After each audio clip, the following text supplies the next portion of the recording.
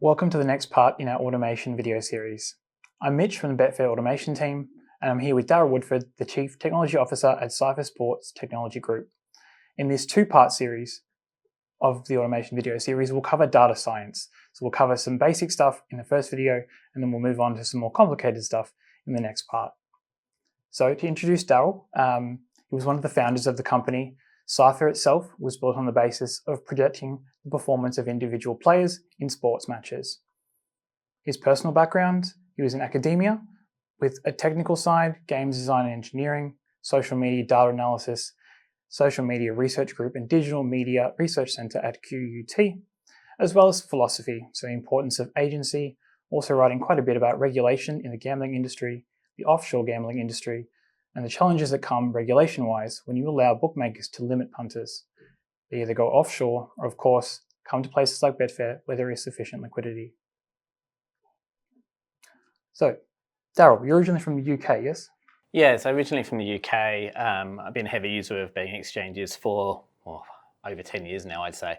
I did a lot of pre-game and in-play betting back when I was in the UK, both on Betfair, but also some of the other betting exchanges that were around at the time. So Matchbook and Trade Sports and a bunch of the others that were around then. I guess personally, so as Mitch said, like my background's academia, but before that I played a lot of poker. I was a poker player during that boom. That really became tougher. There wasn't as many bonuses around. So I moved into sports betting. I was an advantage player in sports betting for a while. Looking at what was going on there, and as that became tougher, I eventually started building models. So at that time, markets were not really at all efficient.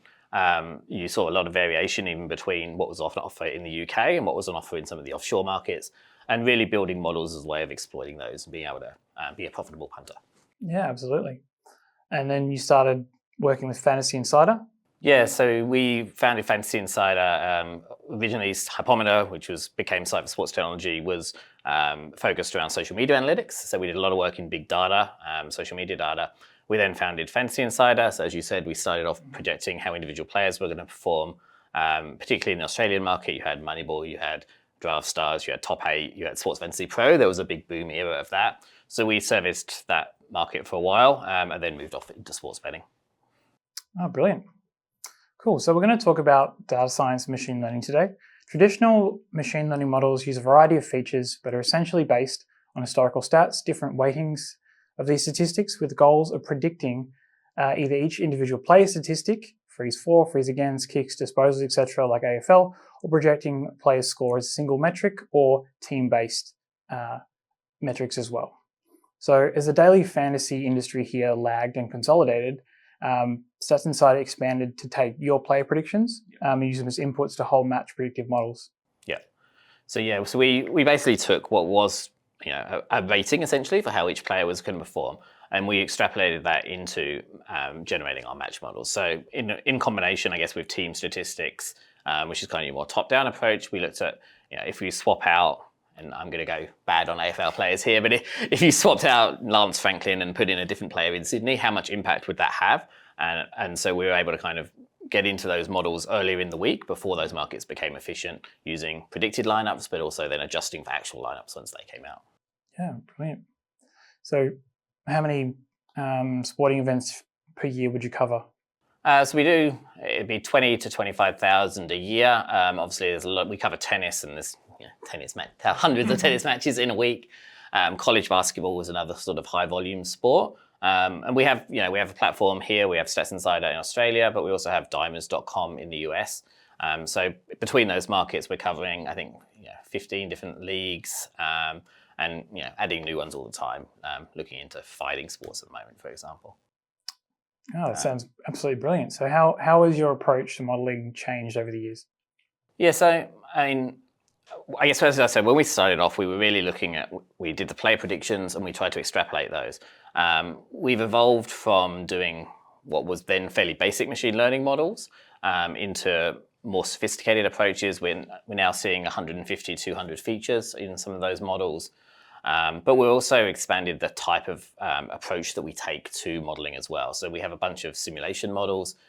For a sport like cricket, for a sport like baseball, tennis, it makes more sense to simulate that ball by ball or at bat by at bat, point by point. And then we can extract a lot of different data out from that model. So our prediction, for example, for how many home runs a player hits is also coherent with our prediction for total runs in a game. Absolutely. And sort of what general approach would you advise someone starting out in machine learning? I mean, yeah, machine learning. So there's a whole bunch of YouTube videos. I'm always an advocate of learn by doing. I built my kind of coding expertise on hacking around with different projects. Trying to achieve a goal, I think, is always better than going through theory. I say that as someone who used to be in academia, but I still think it's the way to do it. I recommend series like there's a guy called Sendex on YouTube who has some excellent videos on Python covering everything from kind of machine learning to neural networks to a whole bunch of frameworks. There's a number of good books if you're interested if you're using R, for example. There's a great book on baseball in R. There's a whole series of football and basketball books that talk about how you start modeling those sports using Python. Those kind of hands-on examples, I think, are a great way to get started. And then beyond that, also just look at how you can leverage technology that's out there. When we started, we were heavy users of Microsoft's ML Studio. So it's kind of a WYSIWYG machine learning platform that allows you to kind of drag and drop different components in. AWS have SageMaker. Google have a bunch of offerings in that space as well. Those kind of AutoML solutions can probably get you 90% of the way to a good model these days. So it's always a good starting point if you perhaps don't have a data science background, but you have the domain knowledge of sports betting. Yeah, absolutely. And so data and automation are great. Obviously, automation is what I do here at Betfair, but there are some risks associated with automation. You've got a great story about Wimbledon. Yeah, this is one of my favorite anecdotes. But yeah, the early 2000s, there were the models that people were using weren't that sophisticated, so there were edges to be found. So people were monitoring those markets. What happened in that Wimbledon example is essentially somebody had their model using an XML feed or an RSS feed that was being powered by the CBS website in the US. CBS had the rights to Wimbledon, but what they were doing that year, particularly for American players, was they were showing the match on kind of a 2 or 3 hour delay. And so what they had done, I guess unknowing to this guy, whoever was running it, was that they had basically lined up their website scores with what they were showing on TV rather than what was actually live. So this underlying API that they were using was several hours delayed in what it was putting out there. And so you had a match involving an American player that they'd done this delay for, and it had a rain delay early on. And so it meant that the match was close enough that nothing obviously seemed wrong. But as the match went on, their odds started making absolutely no sense that they were feeding into this. I'm pretty sure it was trade sports. They were feeding into that trade sports market. And so there was a private back channel of probably 3 or 4 of us that were, it might have been AOL Instant Messenger or something back then. It might have been IRC. But there was a back channel and everyone looked at this market and you could just take stale prices probably for 2 hours continuously. It was a very exciting week. But everyone made some pretty good money that week. But in general, I mean, it's a good highlight that you have to know what your data sources are. Particularly if you're not buying the data and you're kind of scraping it from somewhere, or you're going to a third party that has no obligation to provide you with something live. If you're using that as the kind of core input, and then you're feeding money into any kind of trading market, whether it's betting or stock market or whatever it is, you're going to find yourself getting exploited pretty easily. Yeah, I can imagine it'd be quite challenging in those circumstances. If the data you're taking is a source of truth, you can't rely on it, then there can be definitely risks associated with that. Yeah. So in these sessions, we'll focus really broad strokes of how you approach machine learning models for new sports, different methodologies to consider and where to spend time and where not to, and what to be aware of when productionizing. So given all the changes and improvements in how sports betting works, it seems like it's really tough to find those winning edges. Yeah. With all the tech and data analysis flying around, how do you even start to figure out where to place your bets? And how do you stay ahead? Yeah, it's an interesting one, right? I mean, what we're seeing is betting markets are becoming more and more efficient. These kind of tools, AutoML, as I talked about, they're becoming more accessible. They're becoming more adoptable by people without necessarily domain knowledge. And so you're having more and more kind of raw compute power thrown at these things. You're also seeing advancements in a lot of the underlying libraries around machine learning. Some of the developments in AI generally also kind of feed into this evolution. And so you're getting more advanced methods and simply more raw computational power thrown at the problem. Your challenge is the markets are becoming efficient. That narrows your opportunities, but then how do you approach that from the other side, right? So the US legalizing sports betting, for example, that creates new inefficiencies. A new state goes live, you see particular weight of money come in. People start betting sports they perhaps don't know as much about because it's now available. Ultimately, getting tighter, but how do you leverage improvements? How do you take a contrarian approach to those markets? Can you look at using a different technique, right? So I said we've traditionally gone down that simulation approach, but can you use reinforcement learning? Can you use other methods of getting to an answer on whether to make a bet that will expose opportunities in the market that perhaps currently don't have that same amount of computational power thrown at them? And timing is also a thing. Markets, the starting market that goes up early in the week, that's more efficient by nature, but it's also not necessarily got all the information that's going to come available during the week.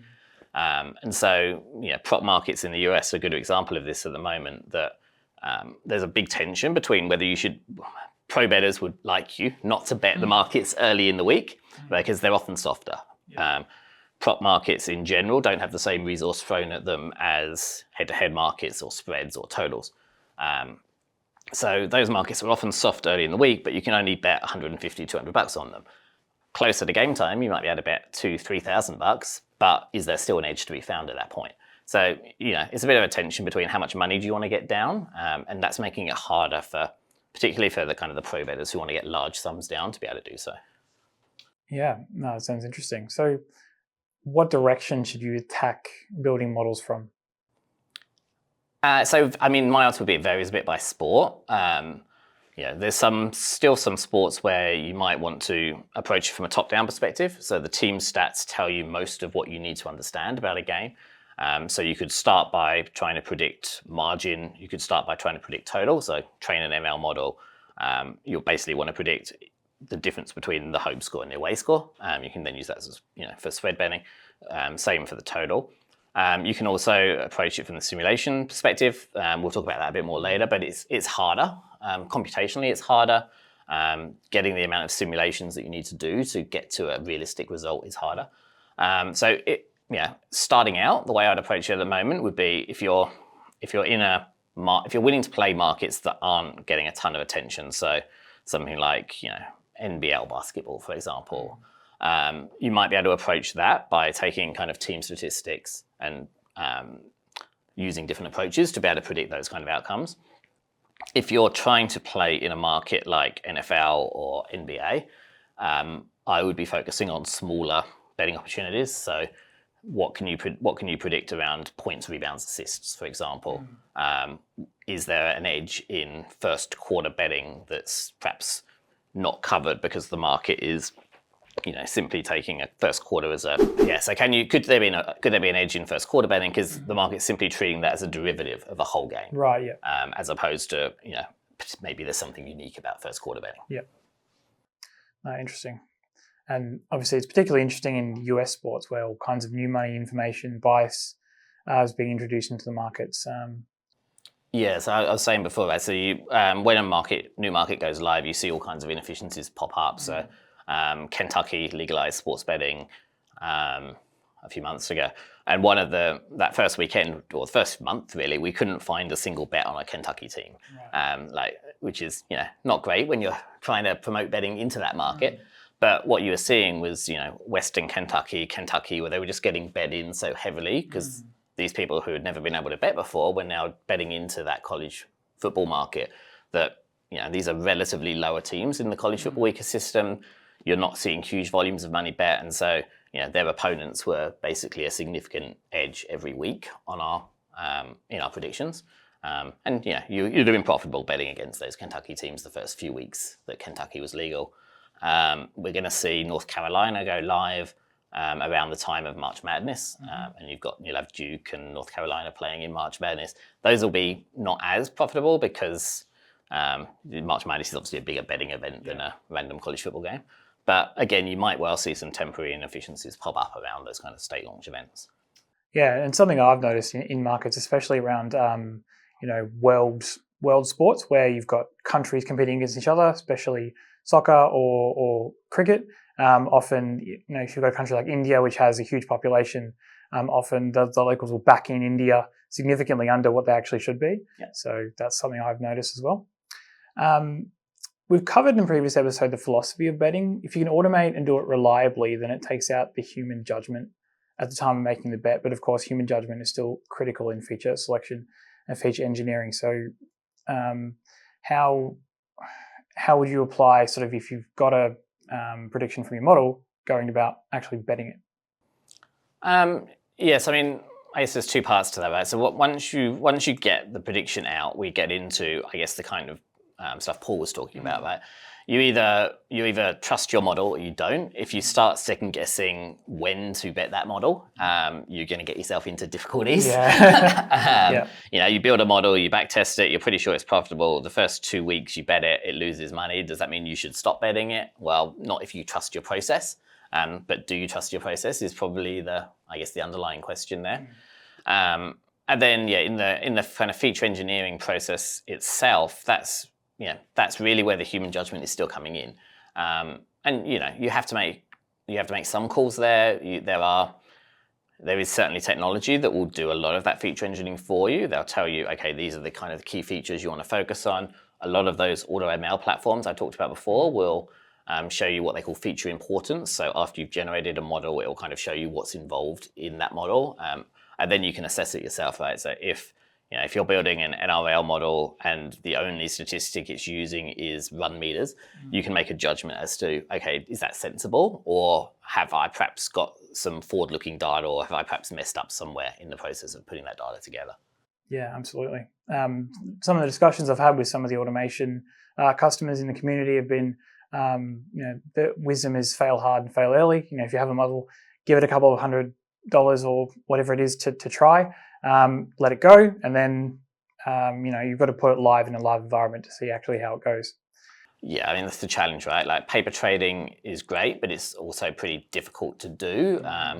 You need to know, exactly what the odds were at the time you would have bet it. If you're betting NRL on a Tuesday versus a Saturday, you're getting a very different experience and very different availability of markets. Yeah, absolutely. So we're not going to cover deployment of the model in this session. We've got some great tutorials in the automation on how to do that. But we'll move on into some more sort of data science content. So is it still worth trying to do these models? Yeah, there's still edges to be found. I think we're approaching a point where something like NBA or NFL is probably not where you want to be spending your time if you're just getting into this kind of thing, unless you're doing it for interest, right? Building a model to have interest in the games, and maybe you're not profitable over the long term, but maybe you're break even. Maybe that's still worth doing from an entertainment perspective, from a learning perspective, from improving your skills. Like, those are all valid reasons to do it. But yes, the answer is there are still edges to be found. Look at smaller market sports. Something like, I don't tend to recommend looking at like lower level soccer leagues, because soccer, you can make a universally type model for soccer that will get you a decent chunk of the way, and then you can apply that to the Cypriot League just as you could to Major League Soccer or the Premier League. Yeah. But something like the Australian Baseball League, something like the NBL, those I think are where you might still be able to find opportunities. If you follow some of those videos and books I talked about that talk about how to model baseball from a US perspective, really your challenge is then, okay, how do I get the Australian data into those kind of models? And how do you account for the difference in standard between like the Australian League and the major leagues or the minor leagues in the US? Because those will all, those will have some impact on some of the variables that you would put into the model. Yeah, absolutely. And especially, yeah, you said with those smaller leagues, getting your hands on data can be quite challenging. Yeah. Cool. So how do you typically build models at Cipher? Yeah, so I mean, Cipher, so we're largely a Python shop. We make heavy use of some of those ML and AutoML frameworks that I've talked about in the past, but we also do a bunch of hand coding. We certainly have some people who prefer R. I won't get into the R v Python debate here. I'll leave that for the Discord chat. But yeah, I mean, so our traditional approach is, we source data. We would typically source data commercially. But yeah, there are other ways of doing that, and you can't always buy data commercially for some of the sports out there. We then look at, okay, what do we need to learn about the sport? So what kind of domain knowledge do we need to be able to build that model? We'd look at the raw data we have, and then we'd say, okay, from there, what additional metrics do we need to create? So a lot of the power in some of these models comes not from just taking the raw data, but combining that raw data in novel ways. We might look at weighted averages, exponential weighted averages. We might look at combining some offensive and defensive stats together to create something that is thus more predictive. So we'd basically landscape that, decide what variables we want to consider, and then we'd run a feature engineering process. So how do we get those features that we care about? How do we streamline the process of putting those into a model? Because you also have to be careful that the more features you put into a model, A, the bigger chance you've got of messing something up. B, the more complicated the model is, the harder it is to actually then run in production. You've got to make sure all those pipelines are set up, your inference time is going to increase, and so on. And yeah, essentially we iterate. Really, it's a lot about iteration. Building a bunch of those different models, looking at how what metrics we want to predict. Do we want to predict margin and total? Get those as close as possible. Do we just want to build like a custom error function and basically test it on profitability? That's another approach to go. Are we better off going to a simulation type model for sports that have those kind of fixed events, at bats or whatever? So it's a case of iterating, trying those different approaches, seeing which is produces the best results for whatever we're trying to do. For the purposes of Betfair automation, you're probably interested in profit. But if we're building a model that, for example, is going to be used for media purposes, it might be more about getting a coherent narrative between all of those different things in a game. So, we're predicting the same amount of touchdowns as we are points and so on. Yeah. And sort of what kind of powered models are you using in terms of Python? So I say a lot of our pipeline is Python, and then fed through one of those machine learning frameworks I talked about. So we have a mix of still some regression, random forest, XGBoost. We're heavy users of a lot of that kind of stuff. We're basically, a lot of our models are what you call an ensemble. So you're basically taking multiple different models, combining those together. Right, yeah. That's also something that a lot of the AutoML frameworks like to do. They'll combine a bunch of different approaches, and then you'll end up with a combined model. We have those kind of from a machine learning perspective. We have those kind of Markov chain kind of simulation approaches that I've talked about. And then the other major thing we do is futures, which we'll talk about a bit later, but it takes that again takes a different format. You could apply the match level model to each individual game, but the challenge you have there is that the match level model, a lot of the inputs that would normally go into a match level model might not be available for a game that's 3 months in the future. So how do you account for that kind of thing in those models? Yeah, exactly. And those ensemble models, or sort of the simulation models, sorry. You talk about baseball. Sort of what kind of different factors come into predicting those essentially chains of independent events? Yes, I mean you're trying to predict first off how each individual player is going to perform, right? So you could start by just simply using what their current statistics are. Baseball obviously keeps average slugging percentage, on base percentage. You're then also trying to simulate what might happen during a game. So in baseball, a game where the starting pitcher comes out 3 innings in is very different than a game where the starting pitcher goes 9 innings. You have to account for the different strengths of bullpens. So the relief pitchers on either team, in a game where the starting pitcher comes out early, those relief pitchers are going to be more important. So you need to effectively do a whole range of simulations, and in some of those simulations, the starter goes badly, comes out early. In some of those simulations, the starter goes deep in the game. In that case, the team's probably doing well. So you've got those kind of pools of simulations, and then you want to extract from those essentially the different betting markets. So, across all 10,000 simulations, how many times did the run total go over 8.5? That gives you your total prediction. But if you're predicting, for example, how many innings a starting pitcher is going to go, that's, again, you have to pull that out from those different simulations. Cool. And then once you've done the simulations, how do you know if a bet is worth making? Yes, I mean, effectively what you're looking for is a difference between the exchange or the price that you can get and the outcome of your simulations. You're probably wanting to apply some kind of staking strategy to that based on how big the edge is. What you would want to do in terms of analyzing historical results is figure out if there's a range where perhaps that edge is too big. So there's certainly a chance that you've missed something in the inputs to your model. And so if there's too big of a discrepancy between your model prediction and the current betting market, that's probably a sign that you want to investigate it further. Yeah, well, we covered the edge cliff in a previous video with Paul Smith, so definitely something to be aware of. So going back to basics, when we're betting, we want to make a profit. So what we really want to know is, given this opening line, this line, once teams were final, this closing line, and all these other stats, should I bet? Or how much should I bet? Yeah, so this is definitely one of the approaches, right? So we call it a custom loss function often. So you can train a model to get as close to the margin or total as possible. That model may not always be the best one to bet. You can train a model that way, and then you can validate it by doing profit testing on it. So, get access to some historical odds, get access to your model's predictions, and see, okay, if I bet this all the time, would it have been profitable? If I bet it with this staking strategy, would it have been profitable? The other approach is custom loss or reinforcement learning. So in that case, you're basically saying, okay, I want to train the model to be as profitable as possible. So what the model is doing in each stage of its training is basically saying, okay, if I place this bet, my reward is stake times odds.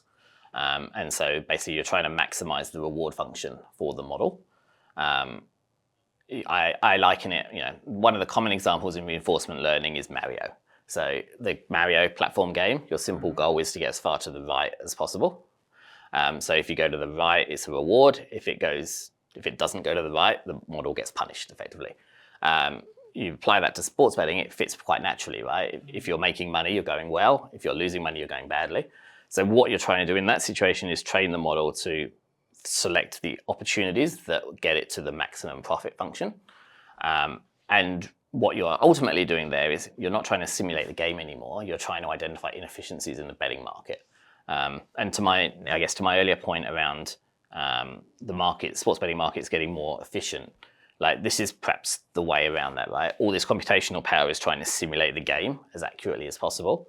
How do you take a different approach to that market and look for opportunities that perhaps those simulation models or those traditional approaches don't expose or don't cover? Yeah, absolutely. And not just looking at the sports themselves, but looking at what the market's doing. So, if a team's gone from $1.90 to $1.70, it tells us something about what the market's perception of the team is, and it could be either a positive or a negative signal of whether to bet or not. So, for example, there was an AFL game last year that I noticed it was announced on Twitter that one of their star players was out, and then their odds on the exchange drifted significantly. So the market overreacted to that player being out, and the team actually went on to win the match despite their star player being out. So the market definitely overreacted to that event. I think it's something you see quite a bit, right? I think it's a key impact. It's a useful input generally to a model to understand what the difference is between the opening line and the current line, because it tells you something about what's happened so far. But to your point, generally, this is slightly old knowledge. This goes back to my days betting on the exchange a lot. But typically, you could find if you knew an injury had happened before the market did, you'd bet on the side that didn't have the injury. The line would move. You bet the other side, it would come back, and you'd end up with a pretty profitable position as a result. The first reaction always tended to be an overreaction, and then the smarter money would pull it a little bit more back to where it was originally. Particularly good for head-to-head betting, so moneyline sports like baseball, for example. Yeah, I've definitely noticed that in cricket, especially around the T20, if a wicket's taken, and the market will react quite significantly, and whether that reaction is correct or not, is not known until the end of the match, I suppose. Yeah, rain in test matches is another fun one. Yeah, it was very interesting watching the odds move during I think it was the Ashes when there was rain going on, and there was still a lot of money moving through the market. Yeah, definitely. So obviously you need data to feed into a machine learning model. So here at Betfair, we can help Australian and New Zealand customers to get hold of pricing data. So if you'd like to access that, just email us at automation@betfair.com.au. So with all this talk about models and predictions, how do you even begin to gather all the data you need? It seems like a massive task to get accurate and useful information from different sources. What's your sort of starting point? Yeah, so I guess two answers here. So yeah, as a company, like we would typically buy the data in, right? So there's a heap of sources out there particularly for US sports. US sports is better. You've probably got 4 or 5 different players that you can buy historical sports data in from. You've got a bunch of companies that you can buy historical odds data in from.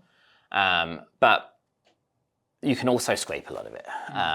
There's ways of getting the data if you're simply doing it as a hobby project. The book I mentioned before, I think it's Baseball with R or something, I think it's called.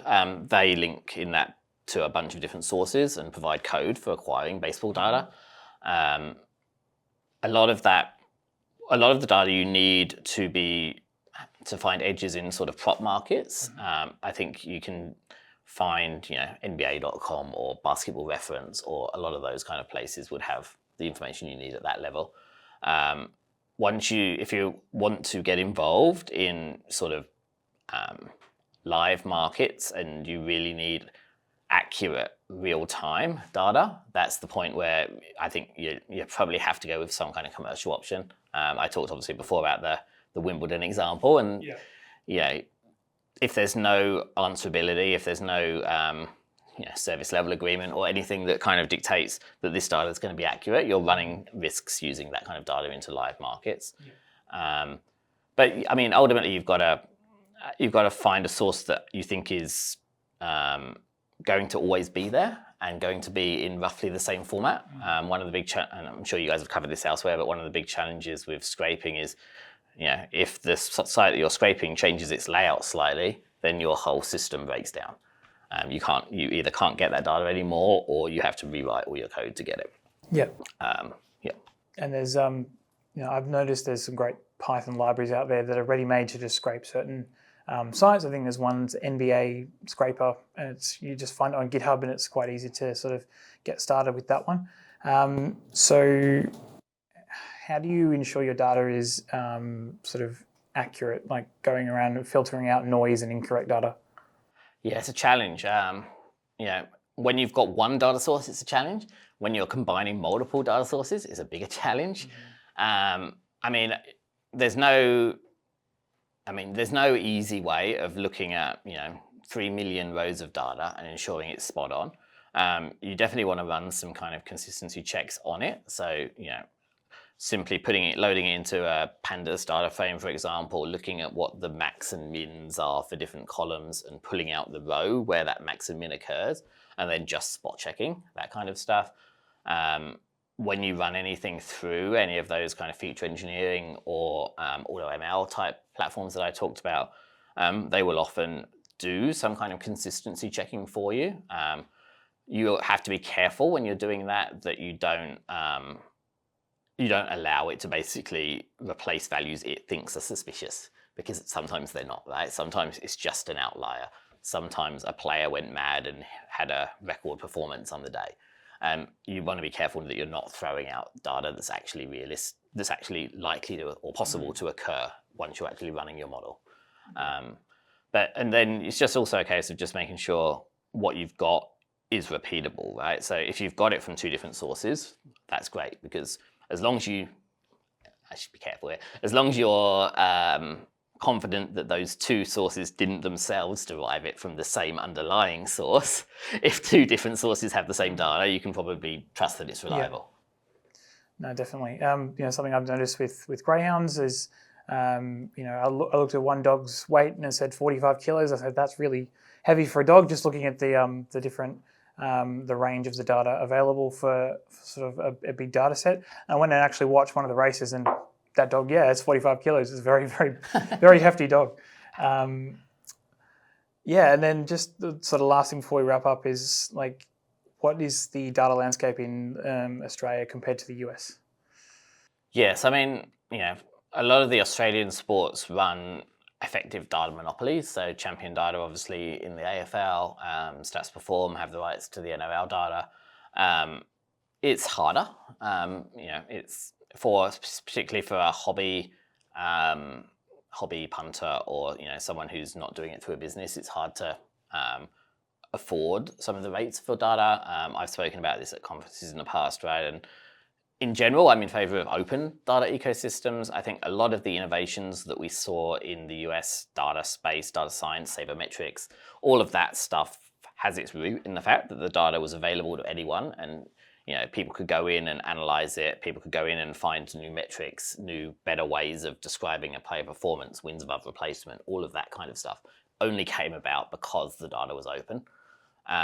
And I think, to a certain extent, that's probably held Australian sports analytics back a bit.